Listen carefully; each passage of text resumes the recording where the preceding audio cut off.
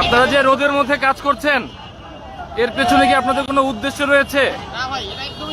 ঠিক কোন জায়গা থেকে আপনারা এই কাজে এগিয়ে এসেছেন? এটা মানবতা থেকে আমাদের দায়িত্ব ভাই, এই জন্য আমরা এই কাজটা করতেছি। আমরা চাই আমাদের ফেনীগঞ্জের মানুষ সচেতন হোক, আমাদের পাশে থাকুক। আমাদের মূল চাও এটাই, আমরা যে রোদে যত পরিশ্রম করছি আমাদের কোনো স্বার্থের জন্য না, আমরা কেরানীগঞ্জবাসীর ভালো চাই। আমরা সবাই আমাদের ধর্মের মূল্যায়ন আপনারা দিন। আমরা সকালবেলা 8টা বাজে এখানে সব রাস্তা পরিষ্কার করছি।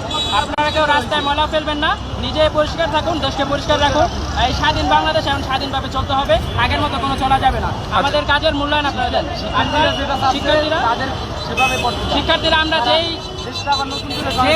মনের মধ্যে যেই বীজ ছিল, এই বীজের মাধ্যমে আমরা আন্দোলন যোগ হয়েছি, সেই বীজ এখনো বপন হয়েছে। দেশ স্বাধীন হয়েছে, কিন্তু দেশের অনেক সংসার এখনো বাকি। তো আমরা দেশের সংসারে কাজ করে যাবো ইনশাআল্লাহ। সবাই মানুষ আমাদের সাথে। আর একটি প্রশ্ন, সেটি হচ্ছে যে গত 2 দিন আমরা বিভিন্ন জায়গায় লুট হতে দেখেছি, বিভিন্ন সহিংসতা দেখেছি। এগুলো বন্ধে জনগণের উদ্দেশ্যে আপনাদের কিছু বলার আছে কিনা? জনতার ঐক্য থাকতে হবে। আমাদের ঐক্যের মাধ্যমে আমরা কি করেছি দেখেন। কেউ কল্পনা করতে পারছে যে আমি এইভাবে পতন হয়ে যাবে? আমাদের ঐক্যের মাধ্যমে হয়েছে। তো মানুষ ভয় পায় না, আপনার ঐক্য থাকেন, ঐক্যের মাধ্যমে দেশের সবকিছু সম্ভব। আমি এটাই বলবো। ধন্যবাদ আপনাদের।